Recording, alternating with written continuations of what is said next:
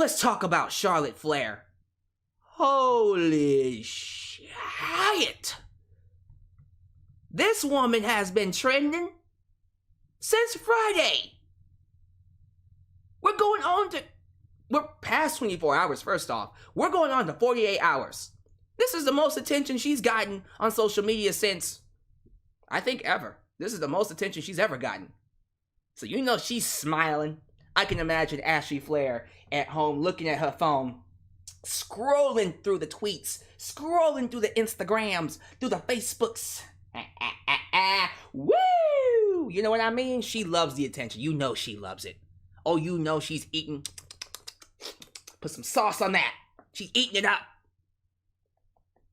So I bet y'all are wondering, why are we here? I think we all know why we're here, unless you've been under a rock. But in case you have been under a rock, let me break it down for you. Break it down.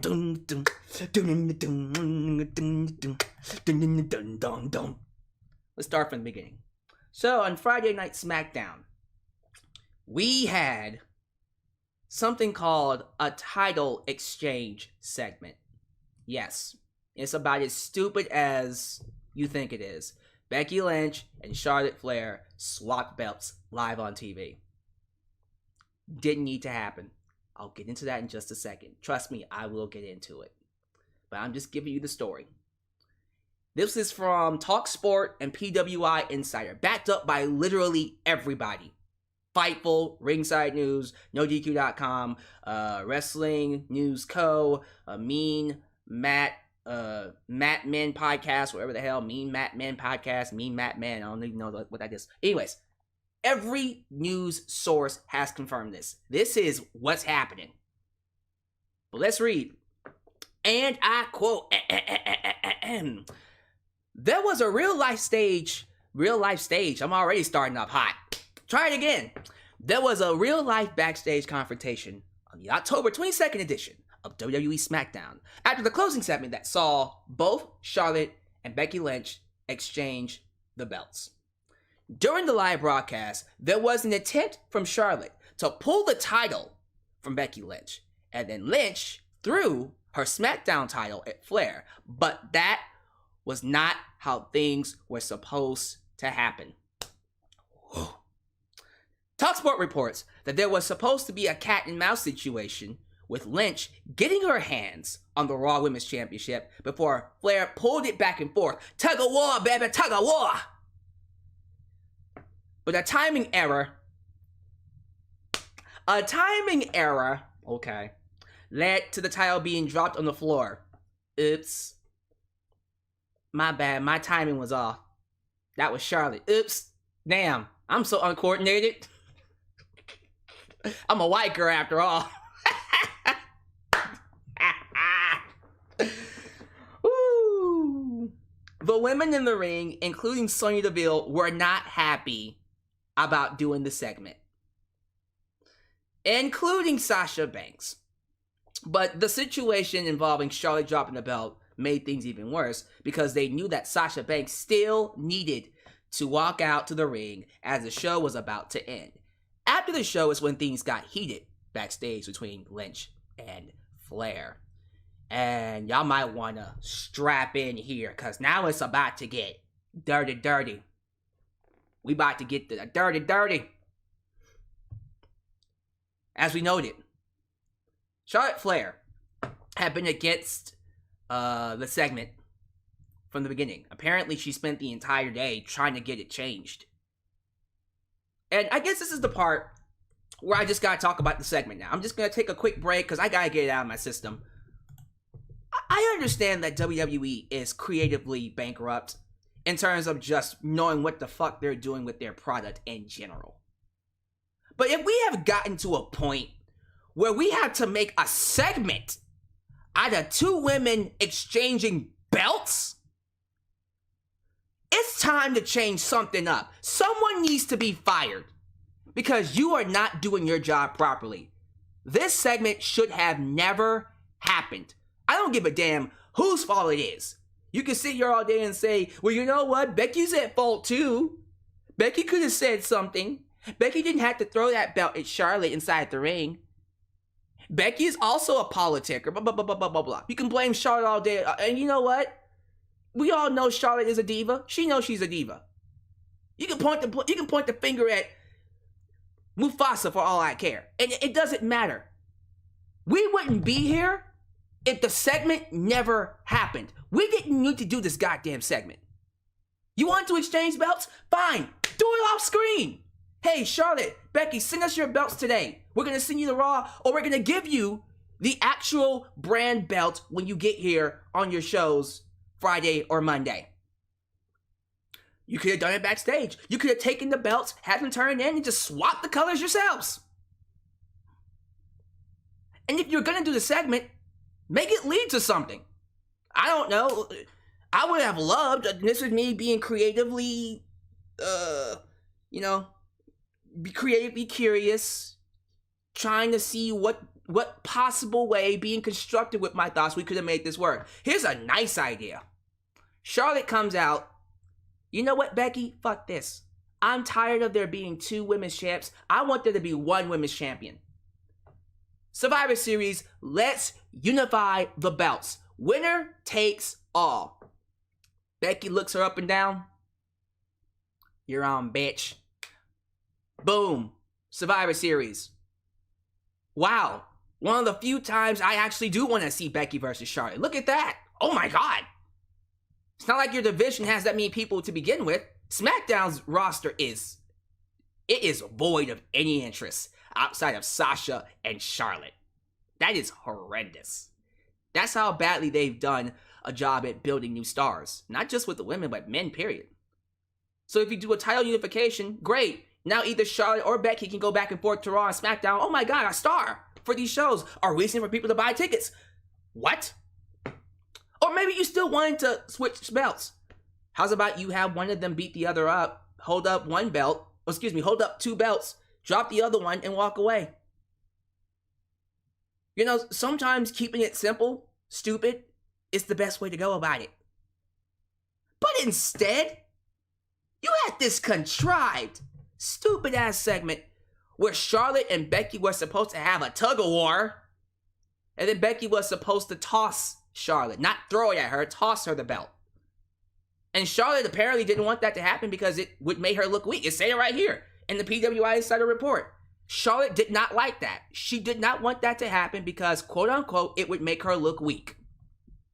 It would make her look very stupid. I don't know about weak, but stupid, yes.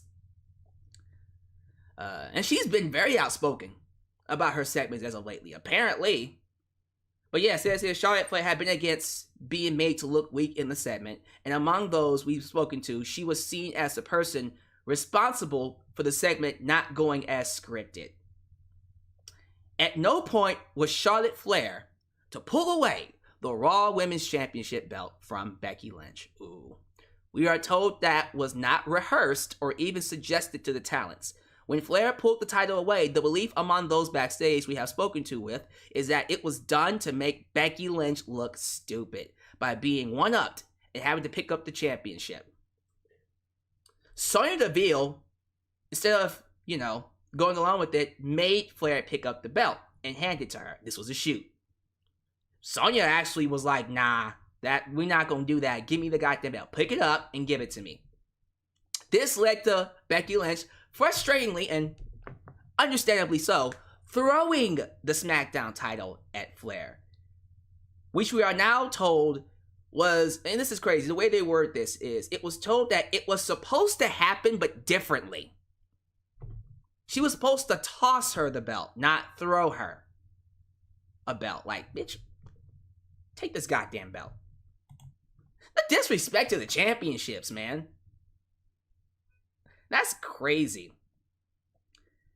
But not as crazy as what follows. Following this, there was a backstage argument with Becky Lynch and Charlotte. It says right here, the backstage argument after the segment took place in the gorilla position. After the confrontation, we are told Flair was asked to leave the venue to avoid any further issues. We are also told she was escorted out by a WWE official. There is heat on Flair in certain circles for disrespecting Lynch, and some who felt Flair took a segment that was supposed to build herself versus Sasha Banks and instead put all the attention back on herself and Lynch when Banks was being placed in the position to be the top babyface with the SmackDown brand. And that's exactly what she did. The segment basically said, oh, well, I guess nobody else matters on SmackDown. There are some who felt this was to undermine Banks, whether that was a planned strategy or not. And this did piss off Sasha Banks. Understandably so. Sasha was like, dude, we have a feud going on. Why did you do that? On the contrary, there is no heat on Becky Lynch, as it was seen as she was pushed to a boiling point, leading to her confronting Flair.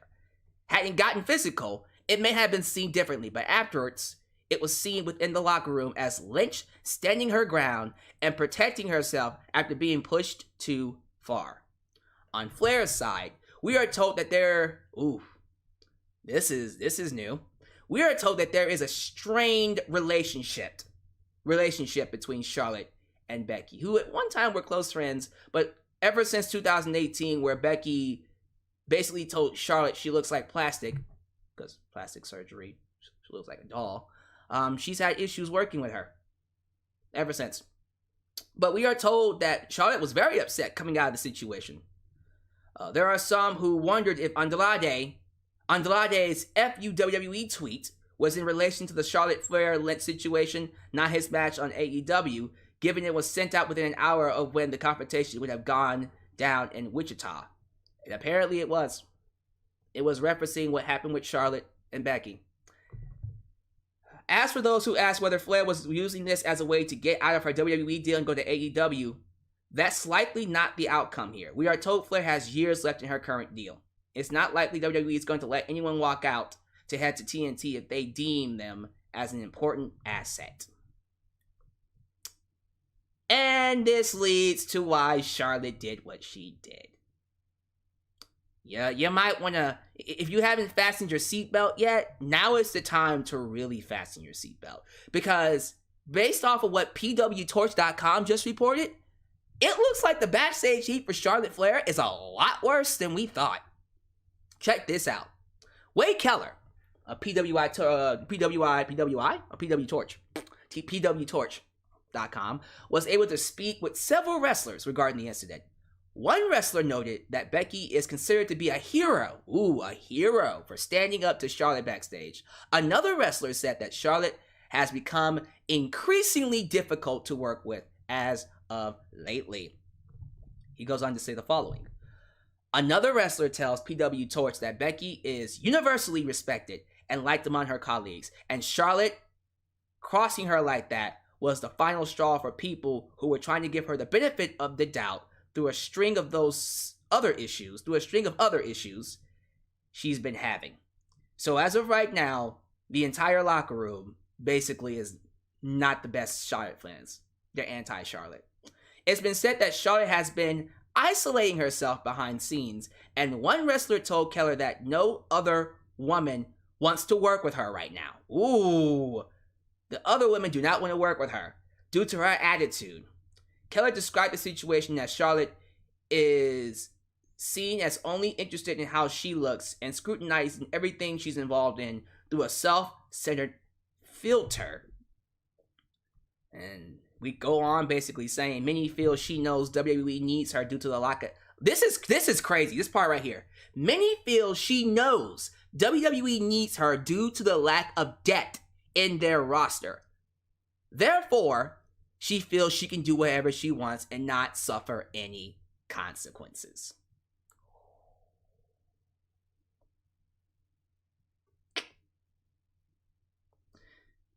Shout out to PW Torch, Talk Sports, and PWinsider for the report. Where do I begin? Where do I begin? Let me just start off by saying this. If y'all think Charlotte Flair is the first, only, and last woman to act this way, you're out of your mind. You're more naive than I am, and I'm pretty naive. Charlotte Flair is doing the exact same thing, is acting the exact same way Sonya act, Sable act, Stacy Keibler, Tori Wilson, Trish Stratus at one point. I'll even argue Lita to a fault. She is the company favorite. And she knows it. She's very aware of her position. She knows that she can do whatever the hell she wants, and the company will do nothing about it. She can raise hell. She can make someone's life a complete misery. Just miserable. Go home, go to bed, come back tomorrow night, do the exact same thing. She'll still get thrown championship matches. She'll get thrown into a main event at WrestleMania. Because she knows she's favorited. And you know what? You know who she reminds me of? Woo! Her daddy. Flair did the exact same thing. Ric Flair did the same thing. All these stories I hear about him going out to bars, sleeping around while he was married, and then showing up 5 minutes before his match, pilled up, drunk, but then going out there still having a great match. I mean, where do you think she got it from? She is definitely her father's daughter. I'm just gonna say it that way. But all this talk about Charlotte Flair being egotistical. Duh! Wouldn't you be? Hell yeah, she's egotistical. Goddamn right she acts like a princess. Goddamn right she's a drama queen. You goddamn right. You wanna know why? Because WWE said that she can be. She's afforded the right to be. They have given her everything. Literally everything. Royal Rumble, main event WrestleMania, championship matches. She's beaten fucking Trish Stratus at SummerSlam. A woman that many consider to be the greatest female wrestler of all time. Charlotte beat her clean at SummerSlam. She ended Asuka's streak. Hello? Do we not know where we are? And I'll get to Charlotte in a second. I'll definitely get on her about the attitude issues. And I'm not going to leave Becky Lynch out of it either. Because I don't want to pretend that Becky Lynch isn't at fault here when it comes to the situation. But let me just say this really quickly. All you people want to get on your high horses and look at Charlotte and go, shit, this bitch here. Let's get something straight. Anybody in her position, other than a few women that I can know that I think about, probably would have done the exact same thing. So don't pretend that she's the only person that acts this way, or the only woman that will act this way. Because this is what WWE wants. These are the type of women Vince McMahon loves. Loves. He loved Sonny. Fucking adored Sable. And he loved Trish. The difference between Trish and the other women, Trish actually was humble. Trish actually said, you know what? I mean, I like being a pretty face. I don't mind showing up some TNA, but I actually want to be appreciated for my wrestling skills, so I'm actually going to get good inside the ring. And she did. Charlotte, same thing. You know what? I can be a pretty face, but I'm going to be a good wrestler too. Boom. It's just, Charlotte's not humble. At all. She's her daddy's daughter. And that's why you think I have the catchphrase? Where do you think this catchphrase comes from? Blonde hair, blue eyes, apple pie. America, that is Vince's preference. That is the preference Vince McMahon likes. And Charlotte knows that. So yeah, I'm pretty sure she has backstage heat. Because she's completely taking full advantage of WWE's bias. And she don't give a fuck. You think she cares what people say about her? Please. And all this talk about her going to AEW, yeah, I do think she is. I think she's done. Mentally, she's out. Why stay? What's the point of staying? She's probably bored as it is because she's already done everything she wanted to do. Now she's probably looking at AEW, seeing that women's roster. Her husband's over there. Ric Flair's over there. And then she has to worry about doing title exchange segments. And this is something else I want to bring up too. All the people that want to blame Charlotte. What they didn't mention is another report that said Charlotte actually wanted to drop the belt on Raw last week to Bianca. We didn't think about that solution either, did we? You know how we could have avoided this title situation? Oh, I don't know. How about we have Bianca Belair win the Raw title, and then have Sasha win the SmackDown title? Oh, now we don't come to this situation.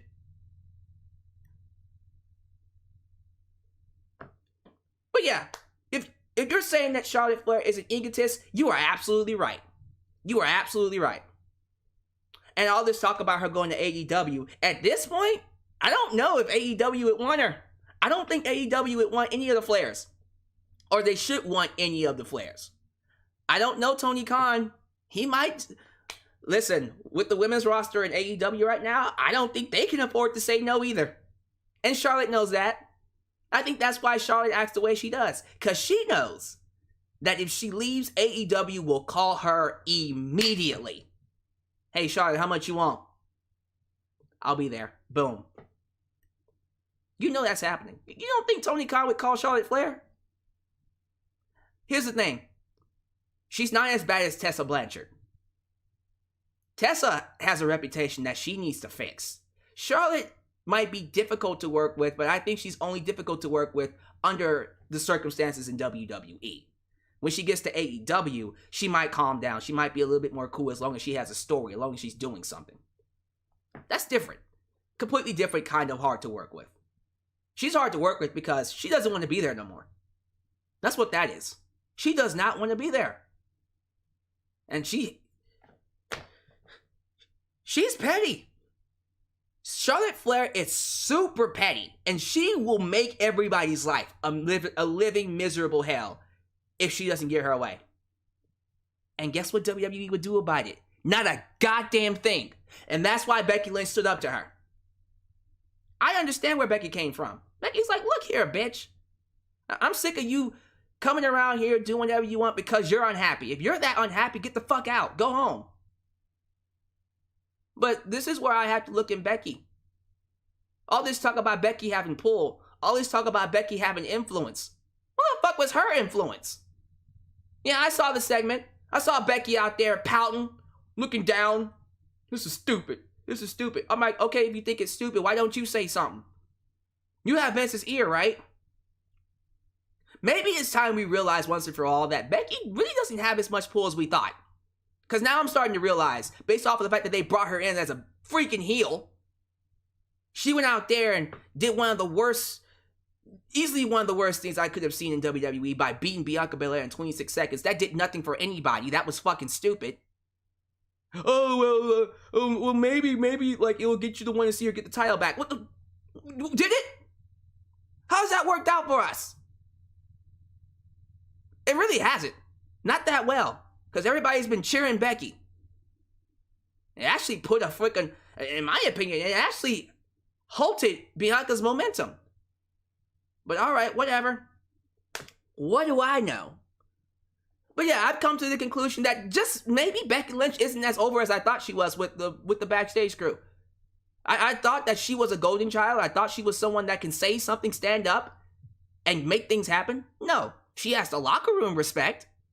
But she doesn't have John Cena, Roman Reigns respect. Roman Reigns says, I want Paul Heyman writing my segments. Yes, sir. John Cena says, let me go out there and say whatever I want. Yes, sir. Becky Lynch, yeah, let's not do this segment. Too bad. Get your ass out there and do it. And I think that's what's going on with Becky. I think she now realizes, okay, maybe I don't have as much influence as I thought. Because the heel turn, first off, was stupid as it is. Calling her up and saying, we're bringing you back as a heel. And then saying, sure, we'll go with it. Because I know Becky would have been like, nah, this is stupid. But alright. Yeah, let's just call it like it is. If WWE had to choose between Becky and Charlotte, they're keeping Charlotte. Sorry. They're keeping Charlotte. They're going to fight for Charlotte. Charlotte doesn't want to be there. That's the irony of it all. This is the irony of this entire situation. They would kill to keep Charlotte. They would tell Becky, get the fuck out, give her the belt, go home. But Charlotte is the one who wants to leave, and Becky is the loyalist. That's the irony of this entire situation. Charlotte wants out. Charlotte is pulling a James Harden. Sure, pay me. I'll stay. It's gonna be hard to work with me. I might call in sick a couple of days. But here's Becky Lynch, who actually loves and respects the place. And she has no influence. That's what that segment showed me on Friday. It showed me once and for all who priority number one is. It's Charlotte. And she knows it. And she doesn't give a fuck. That's WWE for you. And people in the live chat talking about why doesn't Charlotte, why don't they push more people than Charlotte? Why don't they push more people? Who are they gonna push? I mean, like, really ask yourselves right here, right now. Outside of Becky, Charlotte, Sasha, Bayley, Bianca, those 5. Who can we potentially push? Becky's hurt. Okay, Asuka. Let's go with Asuka. All right. Asuka's not beating Charlotte. Sorry. She might beat Becky. Might. That's a big might. But she's not beating Bianca. There's a ceiling. And there's a ceiling for a reason when it comes to Asuka, because she's not American. She's not American. Vince has no preferences for Japanese female wrestlers. He never did. I don't think he has a preference for Japanese wrestlers, period. I think I stand by that one, too. Oh, Yokozuna. Yokozuna was Samoan. Nice try. All right, Naomi. Nope. Too busy getting jobbed out to Shayna Baszler in 2 minutes. They could easily push her. Imagine her versus Charlotte Flair. Jesus Christ, I'm there. Ain't happening. Shotzi Blackheart. Apparently they're gonna turn her heel, which is fucking stupid. Why? Of all people to turn heel, her? You need a heel, bring up Dakota Kai. Although she's a natural babyface too. And don't we have Shayna Baszler on SmackDown? Why do we need... Okay, that's stupid. That's dumb. Shayna Baszler. Good luck with that. If Charlotte's on SmackDown, Shayna's gonna get overshadowed. I was hoping that we could turn Shayna babyface and do that versus Charlotte Flair. That would be dope. That's not happening. So, here's the thing. All this talk about them pushing talent, they have a roster. I just did a video of the entire female women's roster. Raw, SmackDown, NXT. Over 50 women that they can push. Of those 50, there's at least a good 15 they could make the most out of. But preference. Preference. Who here fits Vince's preference? So far, the only good wrestling female performer, the only good female wrestler that has blonde hair, blue eyes, apple pie, Charlotte Flair. It's Charlotte. It's Charlotte. Sorry. That's the reality of the situation. Anybody else that's gonna, lose their shit over it, it's fine. I understand. I have just come to the conclusion that this is what they get. That's where I am. WWE, this is what you get. This monster you have created in Charlotte Flair, you deserve it. You deserve this monster. All these years you've been putting all your eggs into one basket. All these one baskets. The John Cena basket, the Roman Reigns basket, the Charlotte Flair basket. Eventually, one of them was going to bite you in the ass. John Cena was humble enough to come back and give back. Roman was humble enough to at least put his opponents over, to elevate everybody around him. Because that's what Roman is doing. He's elevating the roster around him. The show would be nothing without Roman Reigns. And then you got Charlotte Flair, who understands that her position, she's overexposed, she's overpushed, she's overrated in a sense. All these championship belts, hand-fed championship victories, hand-fed spots in the Royal Rumble, hand-fed a match at WrestleMania. You don't think she knows this? You don't think she's not aware of her privilege? She's very aware. And she don't give a damn. Because WWE will do it anyways. Because who the hell are they going to push? Nobody. This is a monster WWE created, and this is a monster they have to live with. and nobody, not even me, feels sorry for him. And they better pray. They better pray that they keep her happy. You better keep Charlotte happy, because if you are not, she will turn into the pettiest bitch that you have ever seen. There's a photo going around on Twitter, and I'll pull it up for you, of her with her hubby, Andrade Cien Almas, aka Andrade El Idol. And it's essentially, and I like how it was photoshopped too. I forgot who did it. I don't even know what his name was, but I want to show you the photo. Just gotta find it really quickly. There it is. Check that out. This photo right here. Now it's photoshopped. This is the original photo. And this was what was circulating. It looks really good. Props to him. It looks really convincing. Because it fooled me for a minute. It fooled me. Here's the thing, though. That's going to start happening in real life. You don't think Charlotte's going to start showing up at all these AEW events? You are out of your goddamn mind. You are out of your mind. If she is not happy, she will be the worst thing to WWE. You think she's already bad enough making these wrestlers' lives living hell? WWE will end up this. She will be the modern day Medusa, if not worse. Because if Charlotte leaves and goes to AEW, oh my God.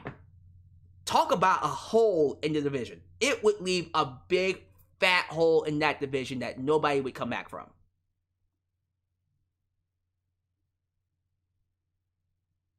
So WWE, you did this. You did this.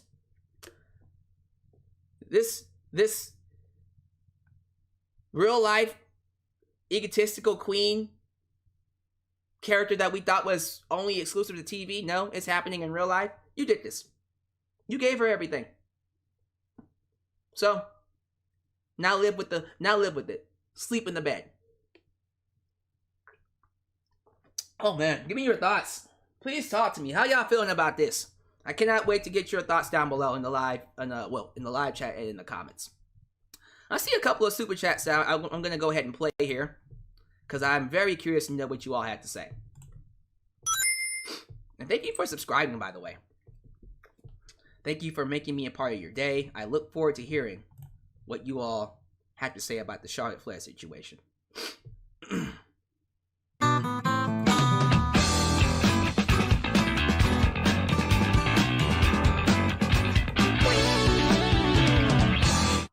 The whole thing was stupid AF. Let me tell y'all something. Let me tell y'all something.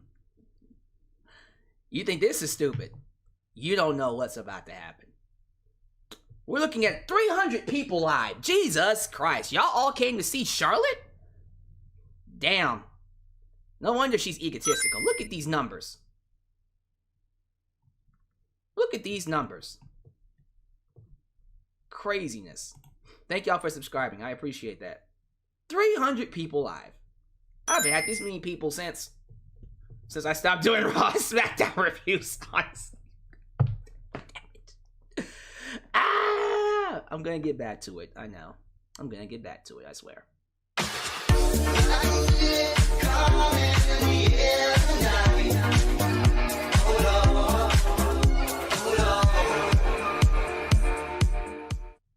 I think Becky is like CM Punk and Charlotte is like John Cena. Becky is a big star and maybe she has some pull, but not as much as Charlotte. I don't think she has any pull at all.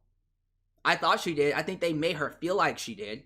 I think Becky is realizing, just like her husband, that they really don't have much influence. They can talk to Vince, but I don't think they can get him to change his mind. Like a Roman Reigns or a John Cena or Triple H, Shawn Michaels, Stone Cold, Rock. Those guys go up to Vince and be like, hey, you should change this, and he'll do it. But Becky,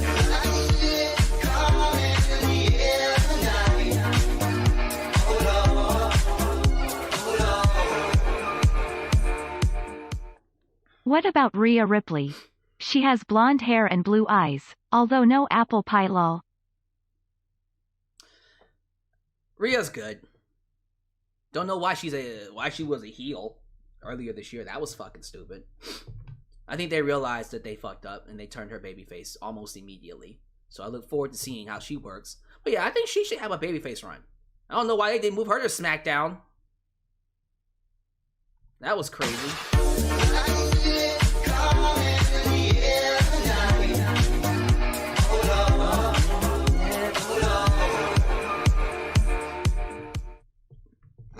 WWE needs to get rid of women's tag belts and create a women's mid-card title. Yeah, I agree. We don't need that tag team division anymore. It is very, very barren. Baron Corbin, if you know what I mean. It sucks. God damn it. All right, enough of this. You know what time it is. It's Q&A time. I asked you guys to send me your questions over Facebook, Twitter, and email. We're going to get to as many as I can within the time that I have. I do have somewhere to be at 5, my time, so I'm going to answer as many of them as I can within the next hour. And if I don't get to your question, I promise you I will get to it in the next. So we're going to start with Facebook, and then we'll go to Twitter, and then we'll go to my email. And again, I want to thank you all for making me a part of your day. I hope you guys are taking care of yourselves, and I hope you guys are staying safe. All right. You guys ready? Let's go ahead and get things started. Let's start things off with Matthew Carter, who's been looking forward to this Q&A all week. He's just like a guy asking a question, like a kid in a candy store. He even says, I've been waiting for this. He tells me, I celebrated my 40th birthday last Sunday where I had KFC chicken and chocolate cake, which I didn't eat. I also got a couple of gifts. I got a cartoon bag. Okay, dude. Thank you. That's great. Okay, get to your question. All right, I'm skimming through all this. Thank you. Okay. I think he just wanted to tell me about his day. All right. Well, what's your question, bro? All right. He said some people ask who's the best at hosting. The Price is Right, Bob Barker or Drew Carey. Since you enjoy booking fantasy fights and since both have appeared in WWE, how would you book a fight between Bob Barker and Drew Carey? Microphone and a pole match. You're welcome. -5 stars. That's a weird question. I don't even know who would win that one. I guess Drew Carey. No, it would be Bob Barker, because Bob Barker, he's the actual retail price is suck it, bitch. That's who would win, because Bob Barker's he's a boss. Rick Ross. Now, question number 2.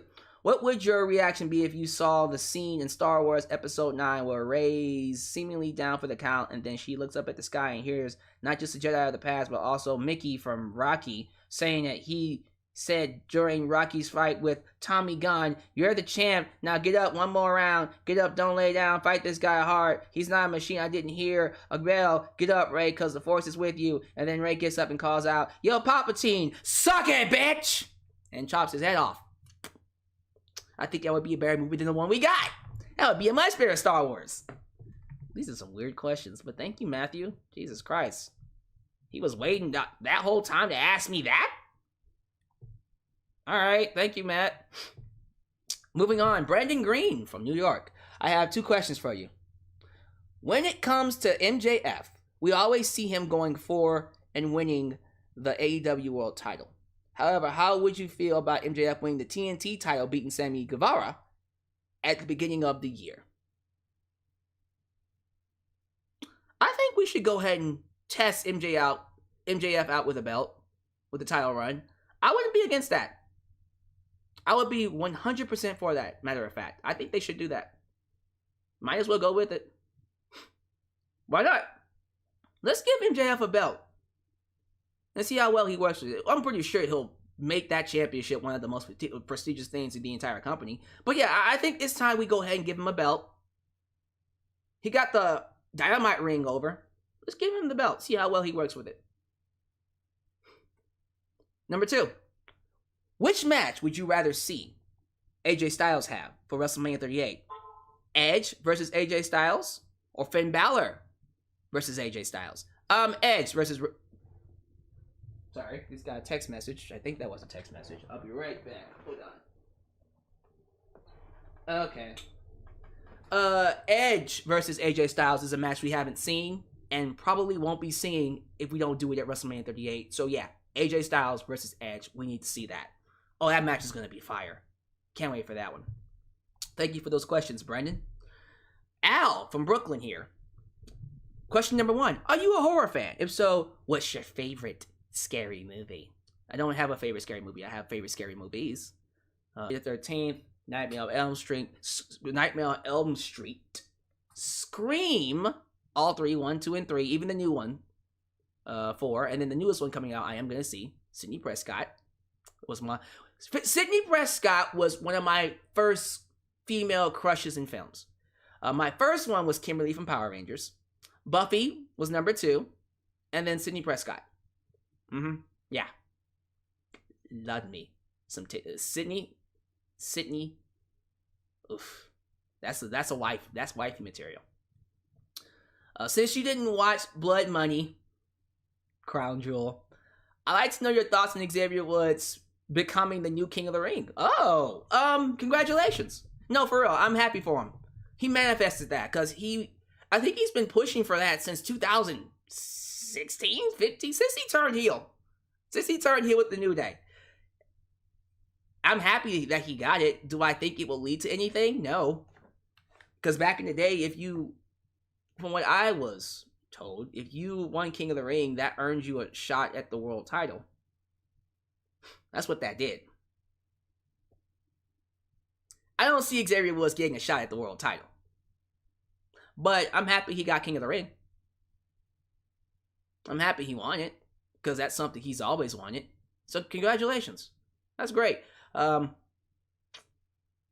have happened to a nicer man. If he hadn't blocked me on Twitter, I'd let him know about it. I'm still sore about that. Chase from Florence, South Carolina. Question number 1. Do you think ratings still matter in wrestling, whether it's AEW or WWE? Or is it really just about if they can bring in money? Money always matters more. Money always matters more. Then again, and this should be said, just because money always matters more, ratings will guarantee you longer deals. Because let's just say, for instance, WWE is still making a lot of money in terms of merchandise and pay-per-view sales, but their audience is dwindling. The corporations, the networks will look at that and go, well, you're hemorrhaging your viewers. So that's probably not good for us, because if we start advertising, we start giving you guys advertisement and commercials, no one's going to buy anybody's shit. So that's bad for us. If no one's watching you, then why are we giving you this TV time? The whole point of you being on TV is to get people to watch our station. If you can't give us content that makes people watch us, or matter of fact, that makes people not want to watch us, that's bad business for you. WWE is always going to make money hand over fist because they're WWE. They're a conglomerate. But at the end of the day, ratings do matter. And anyone that says they don't know what they're talking about. They don't know anything about business. How would you rank 2021 wrestling-wise? Better than 2022? 2020. I'll be real with you. I think 2021 might be the best wrestling year since 2018. 2018 was a good year for wrestling. Listen, people don't talk about 2018 a lot. They should. That was a really good year. That was NXT TakeOver, Extravaganza. The New Orleans show was just outstanding. The All In pay-per-view, that was pretty cool. And Becky Lynch turning babyface. She became one of the biggest babyfaces in all of wrestling, probably ever. That was a good year. That was a good year for wrestling. But, yeah, that was the last one. 2019 was whatever. 2020 was a pandemic. Jesus Christ, no. 2021 by default is much better than 2020. But 2021 overall, thanks to AEW, yeah. It's a great year for wrestling. I thought Wrestlemania was great. I think All Out was fantastic. Easily one of the best pay-per-views I've ever seen. The return of CM Punk, Bryan Danielson jumping ship. This year's amazing. So, yeah, I'm a big fan of 2021 in terms of wrestling. Are there some things that could be better? Absolutely. But this has been a good year so far. I can't complain. Johnny from Virginia. Do you see Roman Reigns having a Bruno Sammartino title reign or dropping the title to The Rock next year? Roman's going to be holding that belt all the way to WrestleMania. WrestleMania 39. So, yeah, 2023. He's holding that belt forever. Because there's no one else. Who are you going to give the belt to? Drill? Psych. Second question. What are your thoughts on WWE possibly having a UK main event pay-per-view? A UK main roster pay-per-view in 2022. So having a pay-per-view in the UK. I think they need to. It's been well past time to do that. I'm still shocked the UK hasn't gotten a WrestleMania or Royal Rumble or something. Or they got a SummerSlam. But a WrestleMania or a Rumble? Color me surprised. Sam from London. Would you like to see Braun Strowman go to AEW? No. Absolutely not. Can we not do that? Braun needs to stay far, and I mean far away. Far, far away. Please stay from All Elite Wrestling. Go to Impact Wrestling. Impact can have him. Impact, I want you to have Braun Strowman here. He's all yours. He's all yours. There's a song that goes like that. Can't remember the rest of it. But no, please don't come to AEW. That's not good for him. That is not a good fit for him. It's being said that Alexa Bliss may change her gimmick when she returns. What would you do with her? Yeah, change the gimmick. Go back to her as the original Alexa Bliss. I would try her out as a valet. Why not? Change the pace. She can still wrestle here and there, but give her a valet role. Put her with somebody. See what happens. Seriously, I think Alexa Bliss, like, if I was to put her with somebody, let me see. Who they got on the roster? That's worth a damn. Stay away from Baron Corbin. That's a no. Fuck it. Let's move someone up from NXT. Brian Breaker. Let's do it. Brian Breaker. I'm ready. Wish it was Rex Steiner, but Brian Breaker and Alexa? Shoot, fuck it. Let's do it. I want to see how well that craziness goes. And that can be the odd couple type of relationship where it's just like he gets on her nose so goddamn much. But, you know, I can see that actually being pretty good. Someone said Volta. Oh, Volta and Alexa Bliss?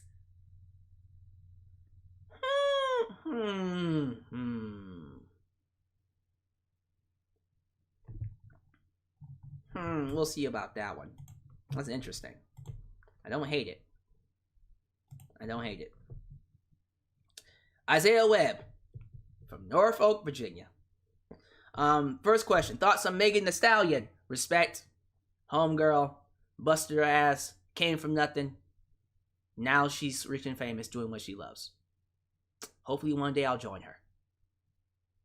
Love the girl. Period. Got nothing bad to say about Megan Thee Stallion. Number 1. This is the second question, but I read the second one first because it was shorter. This one has some. It got some meat on it. So here's what he asked me. I'm trying to figure out what role Gargano and O'Reilly serve on this new NXT because they're under 6 feet and 200 pounds, soaking wet, and built their names before signing, compared to who they've recently brought in, who are handcrafted by WWE themselves. Roderick Strong is okay with Diamond Mine, while Dunn. I don't know why I said Dune. Pete Dunne, Grimes, and Legado del Fantasma seem directionless, and cutting Bronson Reed was dumb as fuck. I just don't see NXT 2.0 having enough pull to get me to care to even watch, even if I have nothing else better to do. Are you asking me to respond to that? I echo everything you said. I echo your sentiments. I can guarantee you right now, Gargano is gone. His contract expires in December. He ain't resigning. He's done. He knows where he's going. AEW. As he should. Ciampa, I don't know. Tommaso Ciampa's contract is when that's expiring. I think that's going to happen not too far afterwards. He's definitely gone. Roderick Strong, yeah, he's not going to the main roster. He's definitely gone. Dunn has resigned for 3 years, so he's not going nowhere. I think Grimes is going to stay. I think Grimes is going to give it a shot. And I hope he makes it work, because he's really good. He's really talented. Legado del Fantasma, I think want to stay, but I don't see them staying. I see them getting released. They don't really do well in WWE. They don't gel well. Their gimmick is fine, but it's nothing spectacular, if you know what I mean. Don't understand why they cut Bronson Reed. That one is a like, what the fuck? And Samoa Joe, they might release him, honestly. They might just go ahead and just tell him, look, we were trying to let you go, but I should have let you go. Na na na na na na na na na. Should have let you go. Jerry Knight. Thank you for the question, by the way. Jerry Knight from Memphis, Tennessee. Do you think Main Event Mafia is an underrated group? Main Event Mafia. Main Event. What the fuck? Oh, TNA. I was like, what? Who the fuck is Main Event Mafia? That was who was Main Event Mafia? It was Kurt Angle. I think. Let me see. Main Event Mafia, TNA. I think. Let me look at it really quickly. I think it was Sting. Was it Sting? Yeah, it was Sting, Kevin Nash, Scott Steiner, Kurt Angle, Booker T. Damn.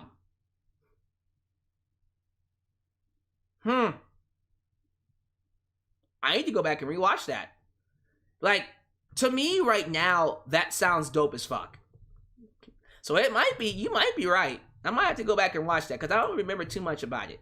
I missed that run from Kurt Angle. People were telling me it was a great run too. I did miss that run. I'm gonna have to go back and watch it. I believe you. I think it was underrated in a sense. Nothing great though. Remember WWE clickbait all of us in 2010 by advertising the Bret Hart Taker match on Raw? Yeah, I remember that shit. That was stupid. I hated that shit. Gemma from England. Gloucester, England.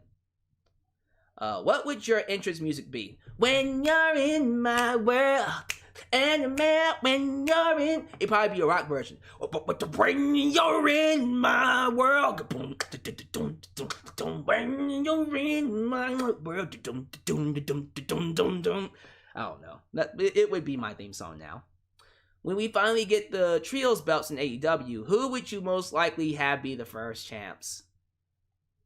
Matt and Nick Jackson and Adam Cole, baby! Which is exactly what's going to happen. Carson Dakota Stewart from Baltimore. If you could manage any wrestler of all time, who would it be? Whoa, hold on. Wait a minute, player. Who would I manage?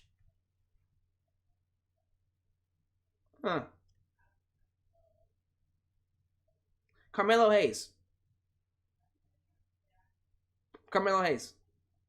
NXT. I feel like I could actually help him. And I know most of you are just like, well, why don't you choose a legend? There's nothing I could add to a Rock or an Austin or a Flair or a Brett or a Shawn or a Triple H. Like, I can't add anything to them. If anything else, if I was going to add something, I would be the mouthpiece for someone who can't talk or someone who needs that extra oomph. I feel like with me and Carmelo Hayes, I feel like I can add that extra oomph to his character. I don't really see myself adding anything else to anybody. But I'll tell you what. If there is a main event player that I would like to manage, it would be Mark Henry. Mark Henry. Hell yeah. I got a lot left in the tank. I think we could actually make that work. He's from Texas too.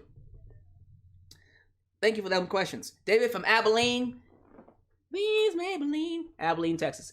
How is life going outside of your podcast? My podcast is doing great. You're asking outside my podcast. So if you want to know, I started a new podcast called Raw Cognizance. Please check it out. New podcast called Raw Cognizance, where we talk about pop culture, entertainment, news, politics, and movies. The link to that is down below in the description box. We just did a podcast last week for Dave Chappelle. Dave Chappelle is the closer, and the whole transgender, transphobia kind of stuff. So check that one out. But yeah, so it's not bad. It's going good. I'm trying really hard to get on my own 2 feet, to be able to say I can take care of myself. The problem with me right now is, well, thankfully because of the pandemic, I have been able to not worry about student loans. Student loans on top of many other circumstances that I'm not comfortable sharing with you guys right now has hindered me from buying my own house. If I'm being honest with you, I can't buy my own house because my student loans are ridiculously high. And the job I was working at for the longest time, I had to take a break from because it was miserable. Public school teaching is horrific. If you have a friend that's a public school teacher, please show them some love. So what I have to do now within my situation is to take a risk and build my own, and be my own boss, be my own entrepreneur. And what's giving me the courage to do that, if I'm being honest with you, is you guys. This broadcast, this podcast, this channel, the fact that I am able to make as much as I do off of this channel, and still be able to give you the content, still be able to take care of myself, still be able to take care of my family as well, while also trying out different things. I have a music career I'm getting ready to get off the ground. I just started a new podcast. I'm also privately teaching on the side. I wouldn't have left my job if it wasn't for this YouTube channel. And when I say left, I'm taking a break. And it's a risk that I decided to take because I wanted to see how far I can take this. I want to see how far I can take the podcast and how far I can take this. And I just was talking to my friend, Tim, who's my co-host, about this, and we were talking about ways we can make a living off of podcasting and marketing and of course stocks, buying stocks and all that kind of stuff. And I had to explain to him, here's how it works, and this is something you guys can look into as well. 30,000 subscribers. If I can get 1,000 people to donate $5 a month, something that they won't see, something that they won't hurt, that's a living. That would officially make. Let me explain. Let me show you how crazy and scary this is. If that actually happened, 1,000 people donated $5 a month, I will officially be making more than I did at my past job. Yeah, I would be making more than I did in public school. You can also say 500 donate $100. But out of the 30,000 people I have, if I get 1,000 say here's $5, that's a living. I can now officially make this my full-time job. Not just the wrestling podcast, but my other podcasts. And once we get to a point where we're able to get sponsorship deals and stuff like that, then the podcasts pay for themselves, and all I gotta do is just worry about myself in that case. So I'm trying to make it. I'm able to share that with you right now. But I'm not crazy. If it doesn't work out within a year or so, I'll just go back to my old job. I don't want to go back to my old job. I would rather not go back to public schooling. But if it doesn't work out and I have no choice but to do what I need to do to take care of myself, I will do that. I don't want to do that. So, yeah. That's my situation. I told you eventually I would be able to share this stuff with you, and you got a little bit more. Thank you, David, for asking. Charles Mitchell from Norfolk, Virginia. A lot of people from Virginia who like me. Who would you have beat Roman Reigns for the Universal title? Big E. Big E. He was the perfect guy to do it. Don't like the fact that they gave him the WWE title and didn't wait to give him the Universal title, which would have been even bigger. Didn't get that part. But if not Big E, Keith Lee. For sure. Babyface Keith Lee. Have I seen Shang-Chi? And will I go see Venom 2? I have seen Shang-Chi. Did a review on it on my other channel. I loved it. Shang-Chi, to me, it's the closest thing we'll get to a Jackie Chan film nowadays. It was, check this out. So, it was half Jackie Chan and another half Dragon Ball Z. And I loved it. It was amazing. I thought it was great. I'd definitely go see it again. And it was the first Aquafina movie I saw. And I would make Aquafina my wife. For the record. Venom 2. I didn't see Venom 1. Don't want to see Venom 2. But I did hear about the post-credit scene, and that's cool. That's really cool. Can't wait to see where that goes. Alright, John from Detroit. My first question is, do you think Asuka will ever make an appearance in the main event of WrestleMania? And who do you think will be her opponent? Well, the perfect opponent for Asuka is Io Shirai. Io Shirai versus Asuka.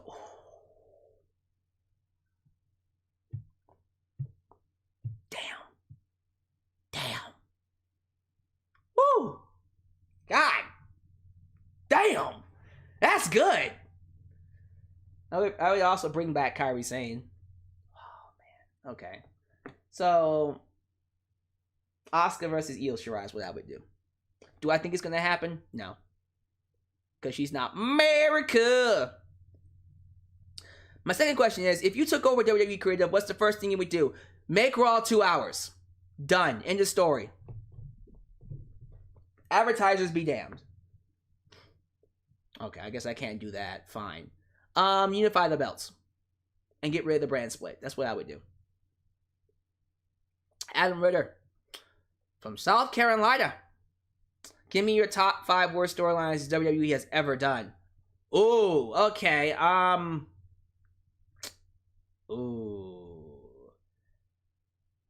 Mae Young's hand.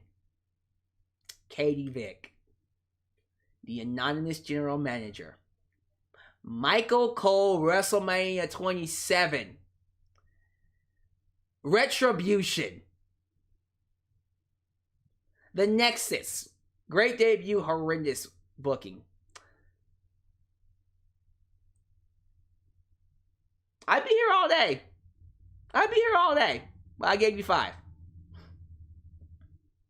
What would it take for you to trust Vince again? If he stepped down and acknowledged that he's out of touch. Period. End the story. Last, Demetrius Pettigrew from Milwaukee, Wisconsin. One question only. I find myself constantly watching old WWE matches because the current product sucks. What are some good matches to watch for me to get into AEW? Just watch AEW All Out 2021. Watch that show. I'm not even going to ask you to watch this particular match. Just watch the show. I guarantee you'll be hooked. The one that CM Punk returned on. I guarantee you.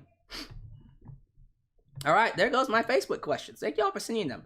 I'm going to forgo Twitter questions for now because I really got to get out of here. So, we're going to do the questions on my my email. And then we're going to split. And I'm going to leave you guys to give me your thoughts down below. Says here, BW Rosa. Hope you're doing well. Got questions for you. Sorry, 2 questions. Alright, BW Rosa. Have you seen and reacted to the new Black Adam teaser from DC Fandom? Yes, I have seen it. It's fucking awesome. I can't wait for The Rock to tear it up. He looks perfect for Black Adam. He's gonna fuck shit up. I can't wait for it. How long do you think it would take for AEW to cut into WWE's viewership? I give it an extra year. Before they really start doing some damage. Because WWE is going to still continue to hemorrhage their viewers. AEW is just constantly getting better and is getting new talent too. So yeah, for sure. Mr. Cake from California. Thoughts on Mustafa Ali's comments about what Vince told him? What did Vince tell Mustafa Ali? Mustafa Ali, Vince McMahon. I'm gonna rate this. High flyer Mustafa Ali made his first appearance in WWE back in the Cruiserweight Classic in 2016. Alright, speaking Alistair McGeorge of the Metro before taking on Mansoor at Crown Jewel. Ali opened up about struggling to get a foothold on Raw after returning from his layoff. Ali said he was left scratching his head after returning to Raw, only to then be moved onto the main event. All of this led to a brutally honest conversation he had with Vince McMahon. Even pre-pandemic, this is Mustafa Ali, I was struggling to maintain television presence, and I know it was all character-based. When you pitch 1,000,001 ideas as far as stories, characters, promos, this and that, and you always get told that you're good, but then nothing happens, you start pointing the finger at everybody except for you. After sitting at home for 7 months and then finally coming back to Monday Night Raw, only to pick up a few victories and then go back to not being on Monday Night Raw and now being stuck in the main event, you're kind of left scratching your head. Like, what do I have to do? And then you realize you gotta go ask the hard questions. I went up to Vince himself and he said, look, this is fucked up. I just read through it. I went up to Vince McMahon himself and said, what am I missing? He straight up told him, you're too polished, you're too clean, you're too nice. I don't think you have it in you.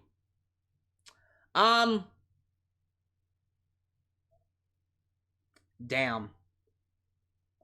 It's time to go. It's time to go. No. Time to go. Mustafa Ali, put in your request to leave. It's time to go. That's my thoughts. Vince, if Vince thinks you don't have it in you, bye.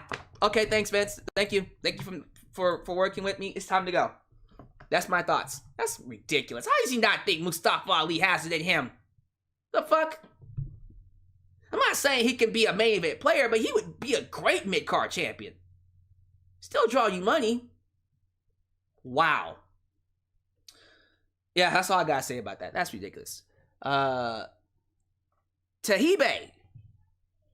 Brew. What do you think of Tamina or Nia Jax joining Roman Reigns and the Bloodline? I'd rather it be Naomi. I think Naomi would make a lot more sense. Although Tamina would be alright, but... And here's the thing, you can make that all work. You can give the Bloodline Naomi, Tamina, and Nia Jax. And really work that out, but I still feel like over time, the one who would benefit the stable the most would be Naomi. But if you're going to keep her babyface, I guess Tamina and Nia Jax can both be in there. Manny Santos, will you be reviewing Halloween Havoc this Tuesday? Yes, I will be watching and reviewing that show. Hopefully it's good. And I think Braun Breaker will indeed win the NXT title. And last but not least, Night Thrax. Do you think they should change the SmackDown and Raw Women's Championships to the World Women's Championship and Universal Women's Championship? No, I think they should unify the belts. Period. Unify the belts. That way we don't have to worry about that. Have one champion go to both shows. And last but not least, have you listened to Grapsity podcast? Grapsity podcast on Fightful. And would you consider being a special guest one day? I don't even know what that is. What's Grapsity? I'll have to ask Sean Ross Sapp what the hell you're talking about, because I have him on speed dial. I don't have him on speed dial. I have him on tweet. So, hey guys, alright guys, it's been an hour and 30 minutes. I'm gonna get the fuck out of here. Thank y'all for making me a part of your day. I appreciate you for your questions. I appreciate you for everything that you've done for my channel. Please continue to donate. Please continue to show your support. Thank you so much for making me a part of your day. I'm gonna play some super chats and I'm gonna get out.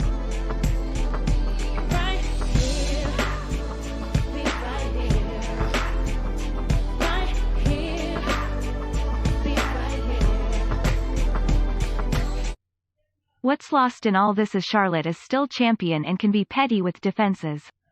Brett is a stand-up guy in comparison, and look how they did him. That's how they're treating Becky right now. They just run over these nice people. It's ridiculous. Yeah, guys, thank y'all so much for making me a part of your day. Starting tomorrow, I will be back with Raw and SmackDown reviews. So I hope you guys will join me for that. I hope you guys are blessed and highly favored. And I hope you guys take care of yourselves. So continue to donate. Thank you for watching me. I guess I'll see you guys next time right here in Alyx's world, a safe space for wrestling fans like you.